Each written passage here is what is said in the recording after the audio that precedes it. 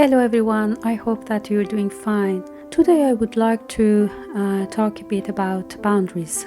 What are boundaries? I mean our personal boundaries, boundaries in relationships. Why should we have boundaries? Which function they have? These are very important questions, aren't they?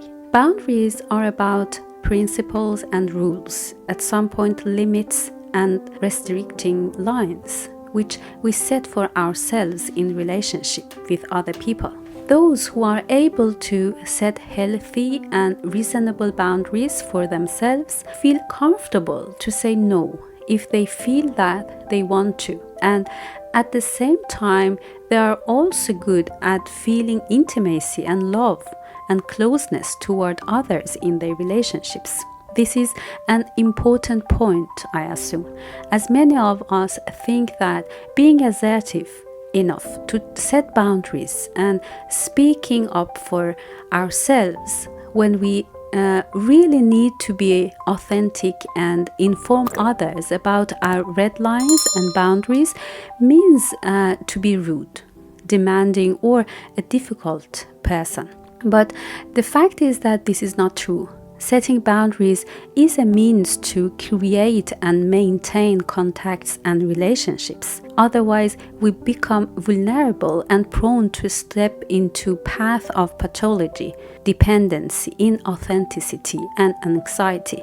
So boundaries contribute to protection of our relationships in the sense that they will be a buffer, a shield against resentment and exhaustion. And therefore, by setting boundaries, we will feel safer and reach a better sense of well-being. That is why those of us who do not have good boundaries and dare to set them in our relationships may feel more stressed, overwhelmed, confused. In addition, many may feel taken advantage of and sometimes misused in relationships, as they may feel left behind, that their meanings and values do not get heard and valued by others. Additionally, as I always mention, our body will also react when we do not stand up for ourselves and detaches it from its true self and embedded values by not expressing ourselves via setting boundaries. We may then feel overwhelmed, detached from ourselves, restless, upset, and sometimes distressed, as if we experience many aggressions and abuse when we feel not be respected or heard. So it will become difficult to manage time and energy effectively, and it will naturally affect our functions, right? As a matter of fact, boundaries are something that we must get to know and learn about during childhood. When we are small kids, clear and consistent and concrete boundaries help children to understand what adults, their parents, and their surroundings in general expect of them to do and not to do.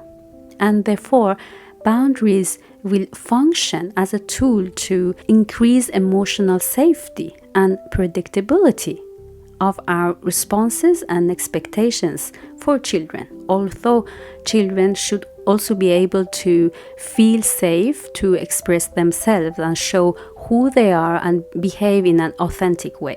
So setting boundaries should not crash with children's need for safety and security. Right? So especially when it comes to children, it is necessary to have concrete and realistic boundaries which are understandable and achievable for them. Interestingly, this also applies to adult relationships, as it helps us navigating better and more smoothly within our relational atmosphere by knowing what is okay and what is not okay for our partners and for ourselves too.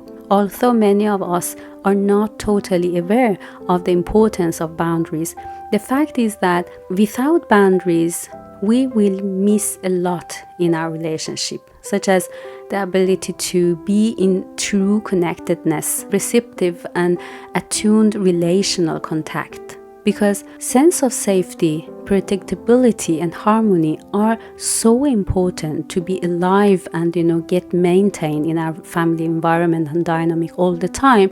And without knowing what our rules and limits are, what are not okay for us, what are each other's personal limits and lines, we will not be fully capable of be present for each other and understand our true needs. What you define as your boundary is not necessarily the same as your partner's, right? So there are many factors contributing to forming our rules and boundaries. One of the key ones is our previous experiences, both good ones and bad and traumatic ones.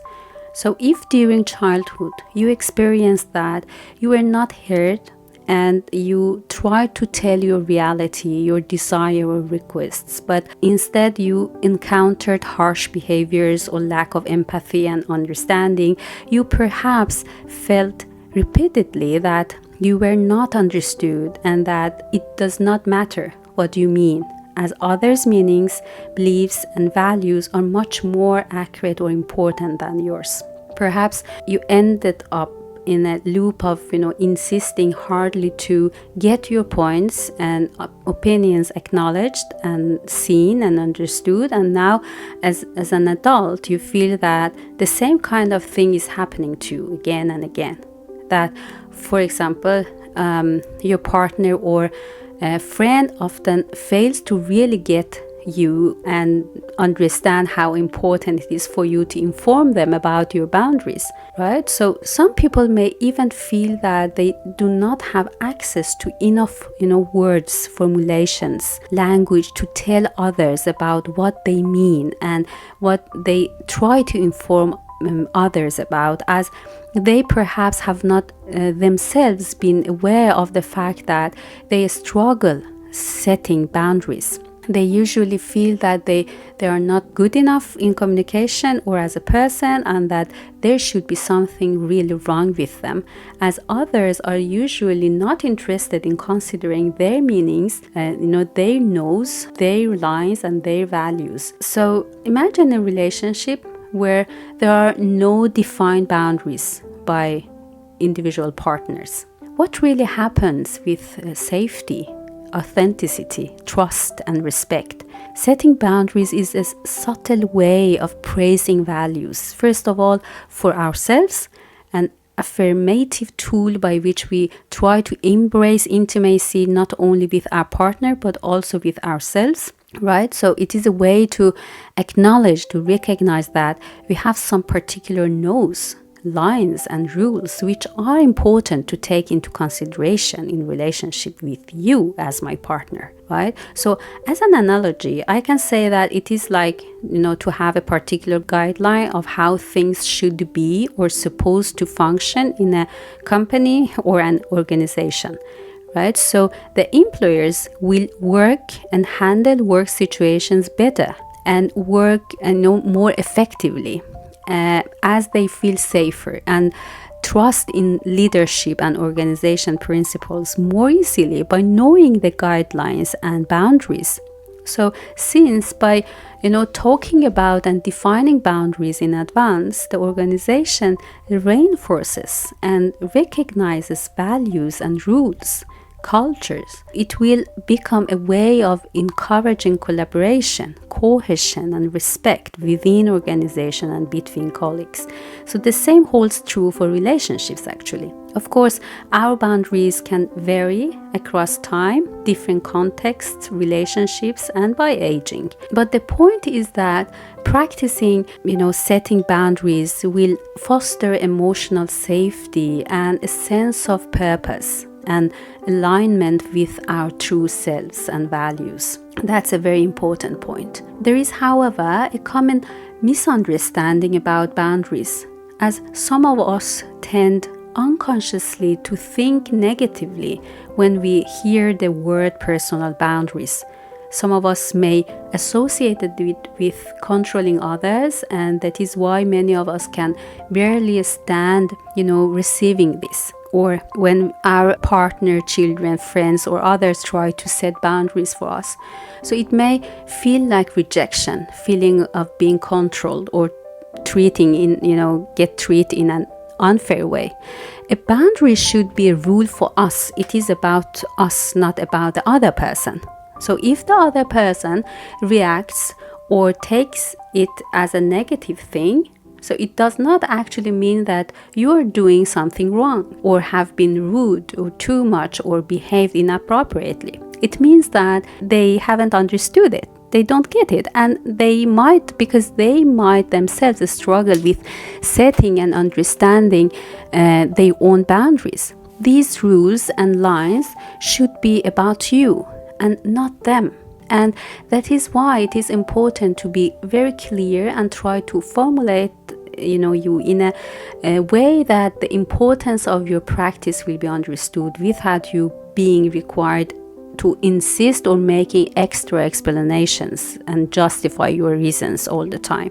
Here comes an example I can say. If you feel that your partner or friend sometimes uses teasing as power play to assert dominance or downsize or trivialize your experiences at the time of arguments, then you must set a boundary, right? But the way you formulate and articulate your need and boundary is important to make it clear for your partner or friend to really get it and to take it, as either his or her thing or matter or as yours.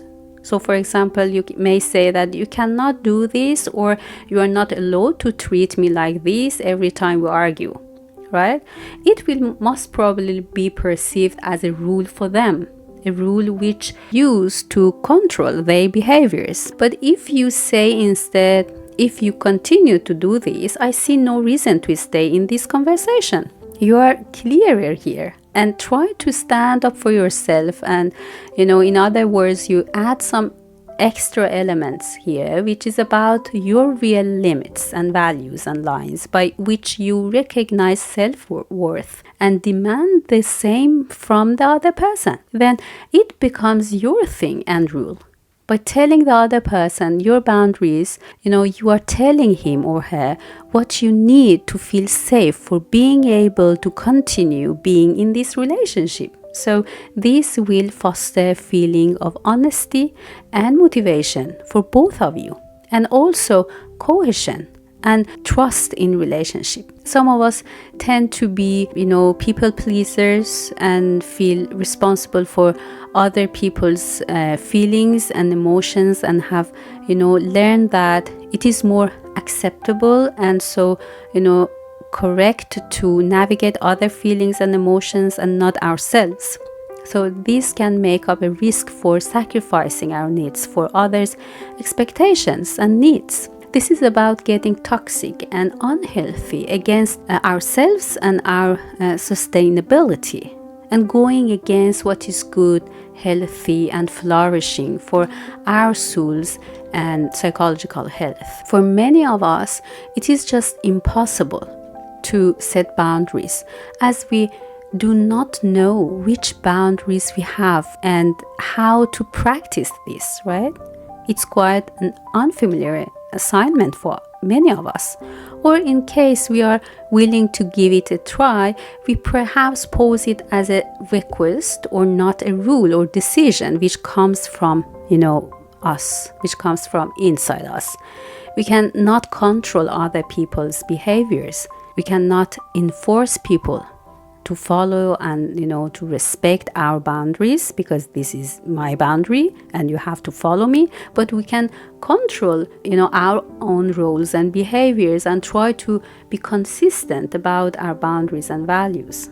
Therefore, the most important part of it is keeping them, standing for your boundaries and sticking to them, although it is difficult and challenging for others to accept and respect them. This is even more important than setting and defining boundaries. So this is about being accountable and take a responsibility not only for yourself, but also for fostering your relationship, taking responsibility for your partner as well and for these relationships. So I hope you have found these reflections helpful. Please be aware and take care of and reassess and work with and stand for your boundaries and talk about them in your relationships. Boundaries are so important. Thank you. Take care, and we'll connect in the next video. Bye.